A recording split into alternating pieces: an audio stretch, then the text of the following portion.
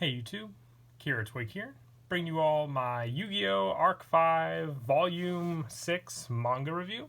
I haven't actually done a manga opening in quite a while, just because the main point of the mangas, I would say, are definitely the cards that you can get inside of all the different books. Very appealing to collectors. Those who collect the manga get the exclusive cards that we don't see for some time, released outside of the books themselves. But I really couldn't pass it up this time. I really thought the promo we get with this volume is quite interesting. So I'm going to go ahead, open up the book, and basically just go through a little review.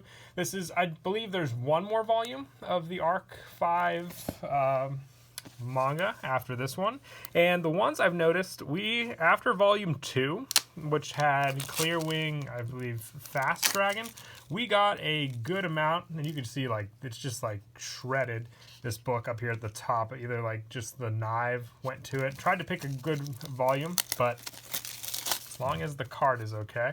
But this is, I think they're challenging the main villain, Eve, to a duel in this volume. I haven't really kept up, honestly, with the Arc 5 manga. I wish I could. It's a different story, I know, than the actual anime, with Yuya having all 4 of his counterparts in himself, like changing back and forth. I think they were his brothers, actually. But let's go ahead and take a look at the actual card itself, which is just here, and thank goodness it is in good condition, because this is the main reason I got the book, along with the actual book itself. Timelord Progenitor Vorpgate, a synchro for the Time Lords. That is very, very interesting. It is what I wanted to see. The main villain, I know, Eve, uses a bunch of different summoning methods from different villain cards throughout the series. So the fact that we got one of her Time Lords, I know she also used, I believe, Earthbound Immortals and a couple other ones as well, but this one looked really, really cool. Maybe you want to consider building a deck around it. I'll have to wait and see, but it's basically needs one tuner and one or more non-tuner monsters. It cannot be destroyed by battle or card effects. You take no battle damage from attacks involving this card. At the end of damage step, if this card was special summoned from the extra deck battle, you can activate this effect to banish all monsters your opponent controls, and for the rest of the turn, half the battle damage your opponent takes. And once per turn during the end phase of this card is activated this turn, special summon as many monsters as possible. Banish with this card's effect to your opponent's field. But if you get rid of the Time Lord with cards like Desynchro, you can avoid that banish. It's a very interesting card at that. It's basically the Time Lord.